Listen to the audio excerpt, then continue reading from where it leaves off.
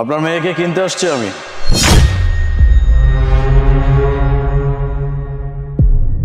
কে আপনি? আপনার মতলব কি? না, কোনো মতলব নাই। আপনার যত টাকা চাই আমি আপনাকে তত টাকা দিতেই রাজি আছি, কিন্তু তার পরিবর্তে আপনার মেয়েকে আমি কিনতে চাই। বাবা, আমার কি মনে হইতেছে জানো, এই লোকটা পাগল।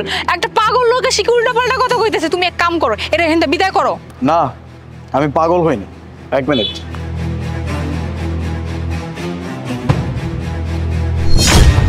এই দেখেন কত টাকা চাই। আপনার যত টাকা চাই আমি তত টাকাই দিতে পারবো। শুধু মুখ ফুটে বলেন যে আপনার লাগবে কত টাকা। এত টাকা? আব্বা তুমি কি করতেছো? পাগল হয়ে গেছে? তুমি সামান্য টাকা লেগে তোমার মায়ের এরকম একটা লোকের কাছে বেচে দিবা? আর এই ভাই, আপনার এই টাকা পয়সা আমগো লাগবে না। আপনার টাকা নিয়ে ভাগেন তো ভাগেন। আপনি কেন চিন্তা করতেছেন? আপনার জীবন আমি পাল্টে দিব। আপনার জীবনে সমস্যা বলতে কোনো কিছুই থাকবে না।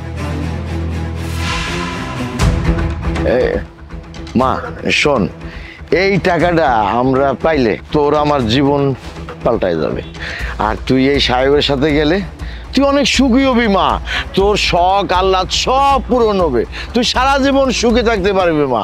বাবা, তুমি আমার চিন্তা করতেছো না বাবা, তুমি চিন্তা করতেছো নিজের।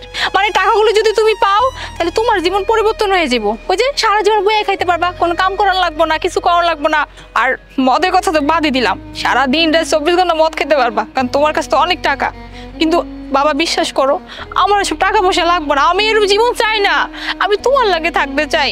তুমি যেমন আমি তোমার লাগে থাকবো। তুমি এই টাকাগুলো দিয়ে দাও, এই টাকা পয়সা লাগবে না। এই টাকা দাও, টাকা দাও কইছি। আর এই যে আপনি, এই টাকা আমার লাগবো না, হ্যাঁ? আর আমার এত সুন্দর জীবনও লাগবো না। এই টাকা হলে আপনি হিন্দা বাগে তো জানতো কইছি। ঠান্ডা হ মা, ঠান্ডা হ, শান্ত হ, আমার কথাটা শোন। দেখ মা, সব বাবা মারাই কিন্তু চায় তার সন্তানের শান্তি সুখ। কোনো বাবা মা কিন্তু সন্তানের অমঙ্গল চায় না। তেমনি আমি তোর বাবা, আমি তোর অমঙ্গল তো কখনো চাবো না। তুই এই সাহেবের সাথে তুই যদি যাস না, তুই খুব সুখে থাকবি মা, খুব ভালো থাকবি। আর আমিও খুব ভালো থাকবো মা। বাবা, তুমি আজকে যে কাজটা করলা না, একদম ঠিক করলা না। তুমি কিছু টাকার লেগে তোমার মায়ের একটা পরপুরুষের কাছে বেচে দিলা। তুমি আজকে যে কামটা করছো না, এই লেগে তোমার পস্তাইতে হবে, একদিন দেখবা। এটা আপনার জীবনের সব থেকে বেস্ট ডিল ছিল। আর আপনি welcome and congratulation for your new life. চলুন।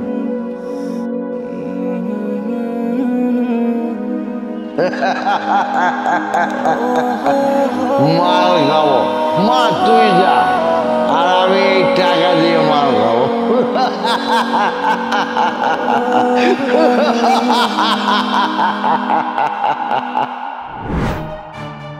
আসুন।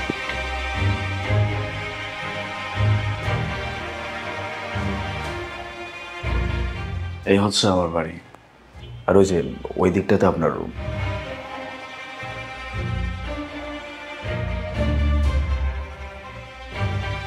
পছন্দ হয়েছে? বাই দ্য ওয়ে, এই নিন। এইটার মধ্যে কি? আপনার জন্য কিছু ড্রেস। আপনি যান, গিয়ে চেঞ্জ করেন, তারপর আমরা একসাথে ডিনার করতে যাব। ততক্ষণে আমিও চেঞ্জ করে আসি। কি ভাবছো উনি ওনার মতো করে আমার জীবনটা চালাইবে, তাই না? আর আমি চালাইতে দিব?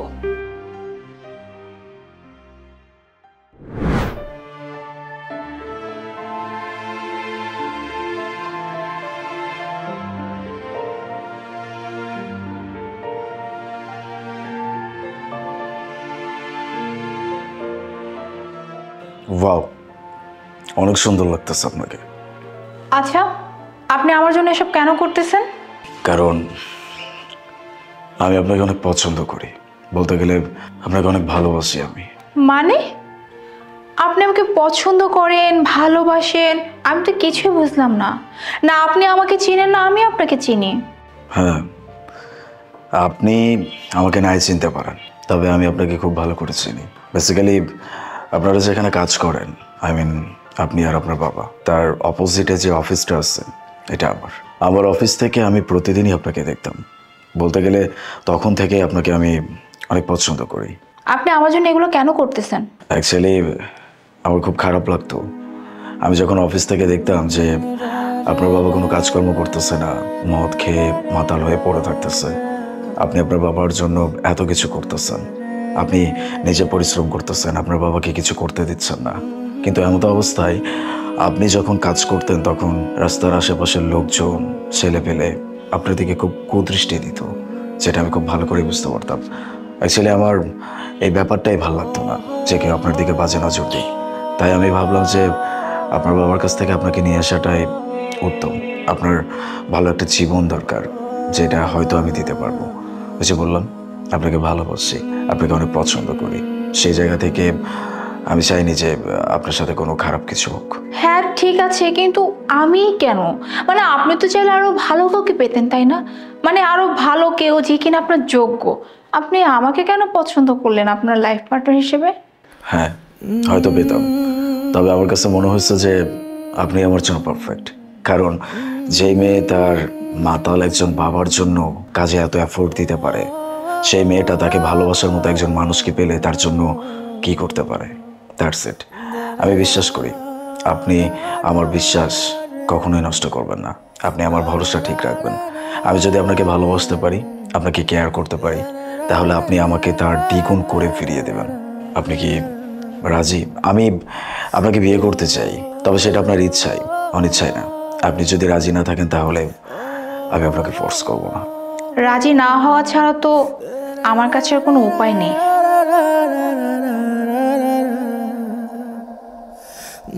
আমি আপনাকে আরেকটা কথা প্রমিস করতেছি, জীবনে কখনো কোনো দিন আপনাকে রিগ্রেট ফিল করতে দিব না।